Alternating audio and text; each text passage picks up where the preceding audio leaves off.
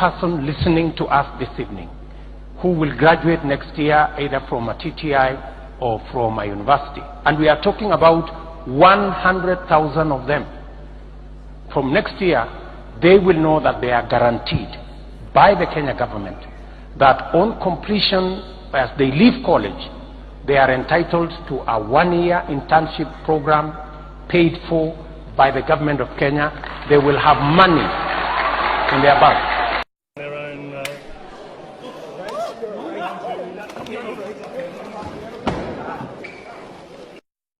And looking into the future, with the irrigation program that we have now rolled out, with the dam projects, for the first time in the history of Kenya, TED, and Kenyans should listen, for the first time, we have 57 mega dams. We are building what has not been built in 30 years. And you cannot secure the country if you don't improve on harnessing water, both for use, for domestic use, for livestock, and for irrigation. With Galana Dam, with Lowat in Turkana, with Radat in Baringo, with Mzima in the coast, with Mwache. These are all the programs. Eugene Wamalwa seated here will tell you we have a 400 billion shilling program, because that's what other countries did to secure your country. Yes, you can use the land you have, but as the population increases, you have to look for new ways, and our new ways is to produce food under irrigation. And that is solid, on course. Our competitors cannot speak to any of the things I'm talking about. So that program is well on course.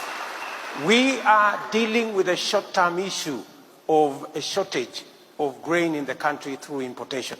But our program is long-term, and we are sure that we will secure this country.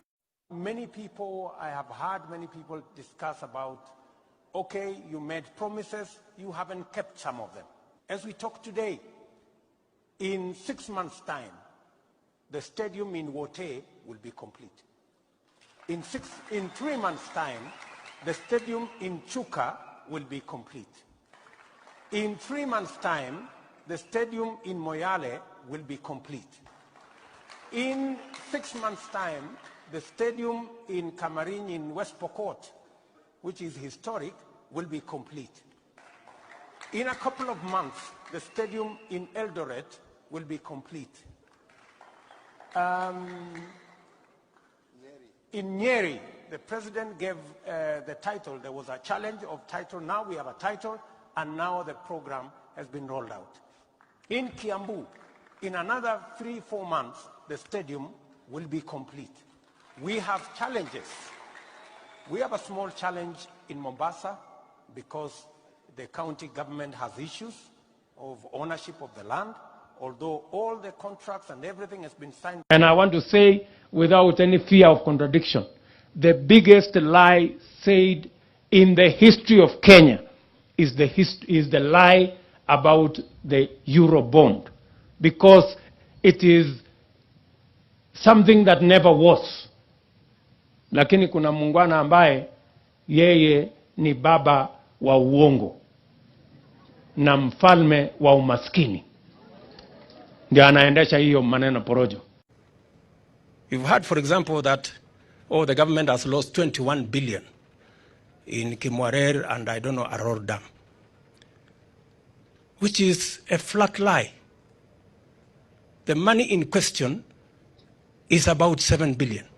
And for every coin that has been paid, we have a bank guarantee. No money will be lost because we are a responsible government. We have engaged every arm of government to make sure that public resources are safe, and therefore the correct information must be used as we target the fight against corruption so that we can nail the true culprits. Sometimes when we say 9 billion has been lost, and then when it goes to court, it is 100 million, the public is asking, what happened to 8.1 billion? So we shoot ourselves in the foot. So as has been said, our commitment as the executive, as the legislature, and as the judiciary, and as has been said ably by the Chief Justice, there is now a mechanism and a synergy around what we must do so that we can deliver for the people of Kenya. We must proceed on that basis and on the basis of factual information so that we can do justice